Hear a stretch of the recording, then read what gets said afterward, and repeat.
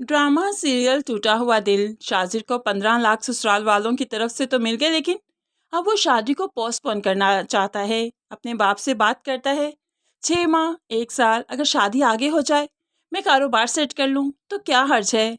लेकिन बाप चीख उठा, नहीं ऐसा नहीं होगा। उन लोगों ने अपनी बेटी की शादी जल्द करने के लिए ही तुम्हें ये पैसा दिया है। अपनी बेटी की शादी के पैसे तुम्हें दिए हैं और तुम इस तरह से कैसे कर सकते हो। तुमने ये पैसे वापस करने हैं उन्हें, अपना कारोबार सेट करो और उसकी प्रॉफिट से जमा करके ये पैसे वापस करो उन्हें।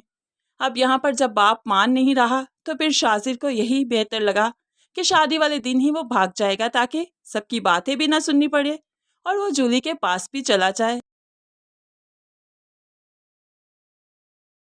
ऐसे में वो समीन को भी छोड़ना नहीं चाहता। समीन जिसकी पहली सैलरी आई थी, उसने घर वालों को खाना खिलाया, गिफ्ट्स लाए, तो फिर शाजिर के लिए भी यही सब कुछ करती है। शाजिर तो देखकर हैरान कि 1 लाख कमाने वाली मुझ जैसे नखट्टू से शादी भला क्यों कर रही है। लेकिन ये शाजिर समीन को भी छोड़ना नहीं चाहता और जूली को भी उसने सोच रखा है कि वो जूली से निकाह करके कुछ दिन के बाद जब वापस आएगा तो यहाँ समीन से माफ़ी मांग कर उससे निकाह कर लेगा और ऐसे में दोनों से निकाह करेगा और दोनों का ही पैसा लूटेगा, समीन की जॉब का और जूली जूली तो बाहर वैसे ही उसे लगता है ऐश कर रही है, बहुत मालदार। शाजिर की सोच को तो 21 तोपों की सलामी, क्योंकि जो वो सोच रहा है उसमें से एक भी ख्वाब उसका सच नहीं होने वाला है। यहाँ पर दूसरी तरफ इरहा इरहा जो कि रोज बाहर जाने की जिद करती थी, घूमने फिरने की, तो घर वाले काफी मसरूफ रहते हैं, इसलिए नई मेड जो हायर की थी उसके साथ भेज दिया, उस पर यकीन कर लिया। और ऐसे में मेड से इरहा कहीं मॉल में खो गई, वो घर आ गई। गयूर साहिब गयूर साहिब से कहने लगी, वो कहीं खो गई है, मुझे मिल नहीं रही। तो गयूर साहिब चीख उठे, क्या मतलब, तुम उसे छोड़ कर आ गई और कितने आराम से मुझे बता रही हो कि वो खो गई। इदरान घर आया तो इदरान को बताने लगे कि इरहा खो गई है, मेड घर वापस आ गई है।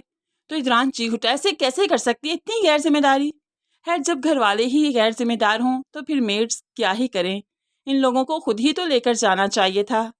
अब दूसरी तरफ समीन ने जो देखा, एक बच्ची मॉल में रो रही थी, तो उसको अपने साथ रख लिया। क्या हुआ बेटा, सब ठीक तो है ना।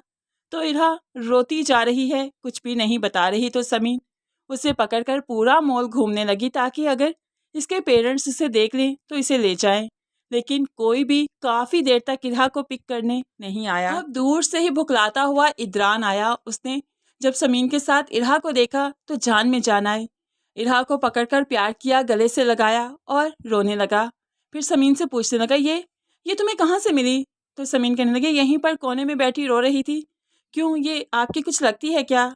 तो यहाँ पर मालूम पड़ा कि इदरान की ही ये बेटी है। इदरान समीन का काफ़ी शुक्रगुजार है और इरहा इरहा समीन को पसंद करने लगी है। इरहा समीन समीन को पहली ही नज़र में अपनी माँ का दर्जा दे चुकी है। घर आया तो इदरान इदरान से गयूर बात करता है, मैंने तुम्हें कहा है ना, कोई भी मेड इरहा की कमी पूरी नहीं कर सकती, उसके लिए माँ की ज़रूरत है और माँ लेकर आनी होगी अब तुम्हें। जिस पर इदरान कहने लगा, ठीक है, मैं इरहा के लिए माँ लाने को तो तैयार हूँ, लेकिन मुझसे दोबारा मोहब्बत नहीं होगी। मैं मैं किसी को अपने दिल में जगह नहीं दे पाऊंगा। खैर तुम माँ तो लेकर आओ, दिल में जगह देने का तुम्हें पहले ही पड़ गया, कोई तुम्हें दिल में जगह देने का थोड़ी ना कह रहा है, सिर्फ इरहा की माँ का मुतालबा है। अब यहाँ पर इरहा की पसंद के बगैर तो कुछ नहीं होगा। इरहा ही कहेगी कि वो समीन को माँ बनाना चाहती है, जो उसे मॉल में वो आंटी मिली थी ना, वो वाली। तो फिर बस जब इरहा ने कह दिया तो फिर समीन ही उसकी माँ बनेगी, क्योंकि वो समीन के अलावा किसी को एक्सेप्ट नहीं करेगी।